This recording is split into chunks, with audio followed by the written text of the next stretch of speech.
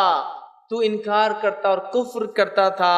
تیرے لیے جو ہے وہ چیز ہے۔ اس کی روح جسم کے اندر بھاگنا شروع کرتی ہے۔ اللہ رب العزت نے جس کے تعلق سے کہا، فرشتوں کو ملک الموت خود اور فرشتوں کو حکم دیتے ہیں ڈوبو اس کے جسم کے اندر، گھس کر نکال کے لاؤ اس کو، چونکہ دشمن تھا اللہ کا، کفر کرتا تھا، شرک کرتا تھا۔ اور اللہ نے کہا وَالنَّازِيَاتِ غَرْقًا، خصم فرشتوں کی جو انسانی جسموں میں غوطے لگا لگا کر روحوں کو کھینچ کر لاتے ہیں، وَالنَّازِيَاتِ غَرْقًا،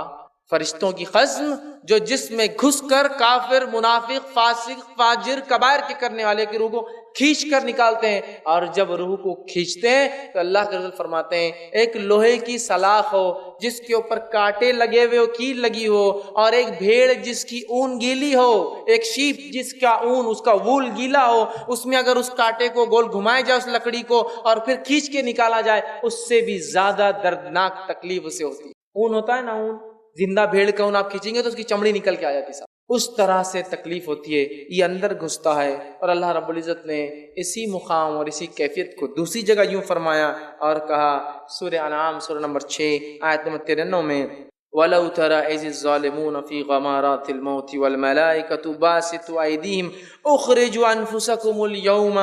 تُجْزَوْنَ عَذَابَ الْحَوْنِ بِمَا كُنْتُمْ تَقُولُونَ عَلَى اللَّهِ غَيْرَ الْحَقِّ وَكُنْتُمْ عَنْ آيَاتِهِ تَسْتَكْبِرُونَ۔ اللہ فرماتا ہے اے کاش نبی، اے محمد صلی اللہ علیہ وسلم، کاش کہ تم دیکھ پاتے جب ہمارے فرشتے اس شخص کے پاس آتے ہیں جو ظلم اور ستم کرتا تھا، گناہ گار تھا، فی غمارات الموت، اور جب اس کی موت کے وقت قریب آتا ہے تو فرشتے دوڑتے ہیں اور ہاتھ بڑا بڑا کر کھینچتے اور کہتے ہیں تخرجوا انفسکم، نکل اب باہر اپنے جسم سے اور آ ہمارے شکنجے میں۔ اس لیے جتنے بڑے بڑے کافر بھی ہیں نا جو مسلمانوں پہ ظلم کرتے ہیں، اب آتے ہیں شکنجے میں وہ مسلمانوں کے، فرشتے نکالتے ہیں ان کو باہر، مشرک، کافر، فاسق، فاجر، جو کبائر میں اپنی زندگیوں کو ڈبا چکے تھے، گناہوں سے توبہ نہیں کرتے تھے، معافی نہیں مانگتے تھے، کھینچتے ہیں۔ اللہ کہتا ہے کاش تم نبی دیکھ پاتے کیا کیفیت ہوتی ہے۔ فرشتے آگے ہاتھ بڑھا کر باہر نکل، اب تجھے عذاب دیا جائے گا، تجزون عذاب الحون بما کنتم، کیوں عذاب دیا جائے گا؟ کیوں تو اللہ کے بارے میں بغیر علم کے بڑی باتیں کرتا تھا دنیا میں، کچھ نہیں ہے، نبی جو دین لا رہا ہے کوئی صحیح نہیں ہے، ہماری عقلیں زیادہ ہے، اب تجھے پتہ چلے گا۔ اور اللہ فرماتا ہے بما کنتم تقولون علی اللہ غیر الحق وکنتم آیاتی تستکبرون، اور اللہ کی آیتیں جب تیری سامنے پڑھ کے سنائی جاتی تو تکبر سے پلٹتا، آج ہے نہیں ہمارا معاملہ، بھائی فلاں چیز حرام ہے، دیکھا جائے گا، تکبر سے تو پلٹتا جب ہماری آیتیں تجھے سنائی جاتی۔ ہمیشہ تکبر کو کافر نہیں کرتے، ہم لوگ بھی کرتے اللہ کی آیتوں سے تکبر، جب ہم آیتیں ہماری سنائی جاتی رب کی اور ہم پیٹ پھیر کر چلے جاتے ہیں، دیکھا جائے گا بول کر آگے بڑھ جاتے ہیں۔ تو اللہ نے فرمایا اے نبی تم اگر دیکھتے کیا حالت ہوتی، فرشتے نکالتے ہیں، نکالنے کے بعد پکڑتے ہیں، ٹاٹ کا گندا سڑا ہوا بدبودار جس میں سے مرے ہوئے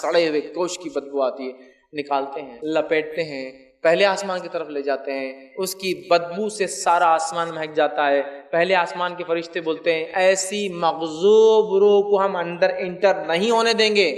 آسمان کے دروازے بند ہیں تیرے لیے۔ اور اللہ حکم دیتا ہے اس کا نام سجین،